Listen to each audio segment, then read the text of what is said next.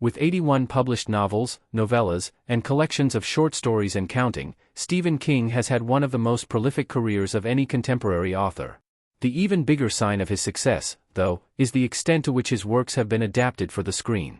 Countless King stories have found new life in movies and television, even becoming historic additions to those media as well.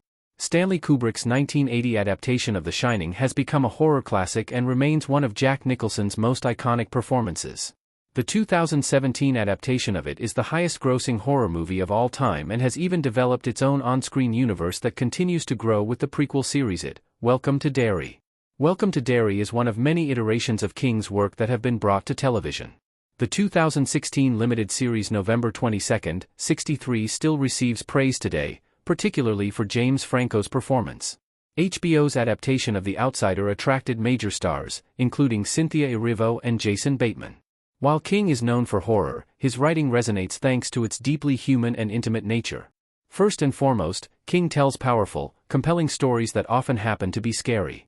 The strength of King's dramatic writing has stood tall in adaptations like The Shawshank Redemption and The Green Mile, which felt much more like poignant dramas than scary stories. Though King's career exploded, and storytelling has greatly evolved in the 21st century, his very first novel is just as relevant today as it ever was. Carrie has the most adaptations out of any Stephen King novel. Michael Gibson / copyright Sony Pictures / courtesy Everett Collection.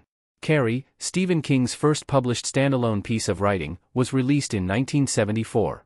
Just 2 years later, Brian De Palma directed an adaptation starring Sissy Spacek in the titular role.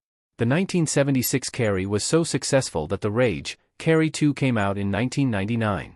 The story was a complete addition to King's novel and was, largely, very poorly received. Nonetheless, Carrie was remade again in 2002 and once more in 2013. While De Palma's Carrie remains the quintessential retelling, Prime Video's upcoming series may finally breathe new life into the story in a way previous remakes could not.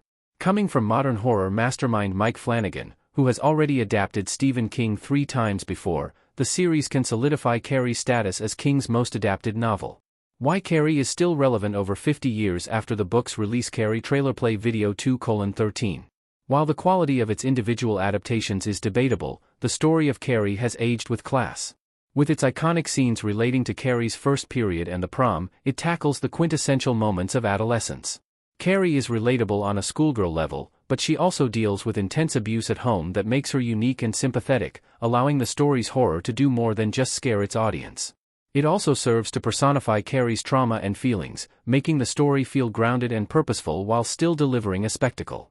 The bar for quality horror has been raised in recent years, leaving many 70s horror stories feeling campy, but time has only served to turn Carrie into a true classic. De Palma's 1974 adaptation has been featured in lists celebrating the greatest horror movies of all time as well as the greatest high school movies of all time.